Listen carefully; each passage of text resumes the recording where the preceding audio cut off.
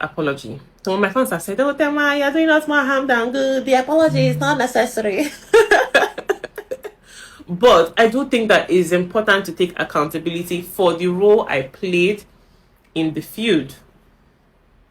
But I want to say again that as at day 2, nobody's entitled to my trust. Nobody's entitled to my loyalty, especially when I do not know anybody. Do you get? That was actually an unfair thing to expect from me by day 2. You understand? But again, I should have been a girl's girl. I think so, especially because the person I was trying to be neutral for wasn't what it. Honestly speaking, I shouldn't have. Like, that alliance was my biggest mistake, and that alliance changed my game plan totally. Because let's imagine that alliance was not in the picture. Things would have happened very differently for me. So it is my biggest regret. I just do think that things could have been handled differently. But game has ended since like October last year, and we have moved on from it, and we've had just one conversation on WhatsApp since the show has ended, and we just kept it there because I believe that true friendships take time. I have friends quarrel, friends fall out and everything, and when friends do that, it also takes time for those friendships to heal. It takes time for everybody to take accountability. It takes time for everybody to understand the other person's perspective. And this is what made me cry at the reunion, because I'm like, Ebuka kept on asking me this question back to back. Do you see things from her perspective? Do you see things from... And you're asking me the same question back in like 4 different type of ways. And in my head, I was just confused. I'm like, wait, I just took time to explain how I know Kaikumi. So how come? And I took time to explain how I know Kaikumi. Kaikumi has admitted that he's told her, and she too has admitted that he told her. So how come the focus is on me to see things from her perspective?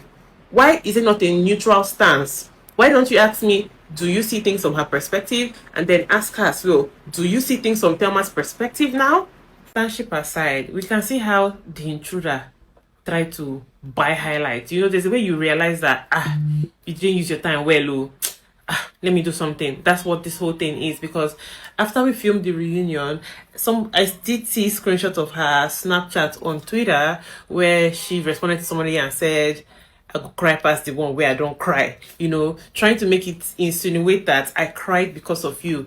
And this is the problem that I have with people who have a personality disorder and, you know, an identity crisis. Like, you know very well that that is not a true representation of how events played out there, but you want to stand on it because that is what you would use to save your face. That thing happened long after you had stopped talking, and then this was now between me, Bella, and KK, back to the people that own the matter. And then Ebuka kept on asking me this question back to back, and I kept on saying, I've already explained that.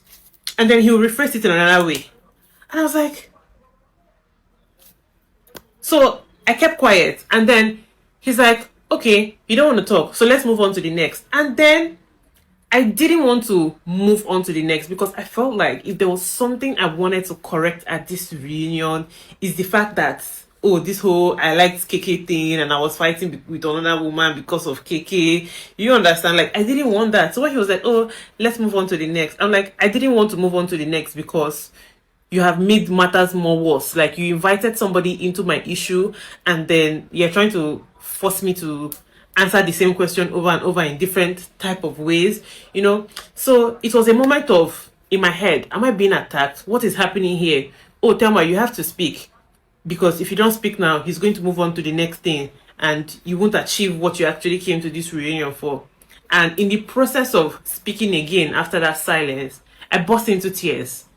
And even talking about it again, I could burst into tears again, because like, I don't understand how I took my time to explain how I know this person, to explain why I chose this person as my deputy, and you're asking me the same questions that I have been asked for my first interview with Big Brother after the house. They asked me these questions during my media round, and there's the reunion, and from the introduction of the reunion, he clearly said, this is your opportunity to give your opinion on whatever misconceptions people have about you.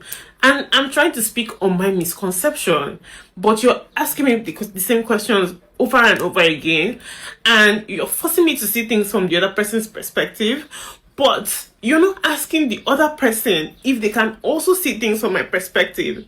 So I do find it really hurtful. I did find it really hurtful, and that's why I just burst into tears, because I didn't understand until today.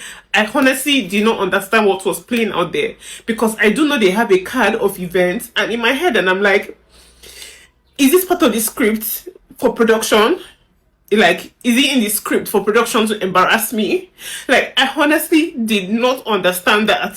So for me, I felt like it was very unfair.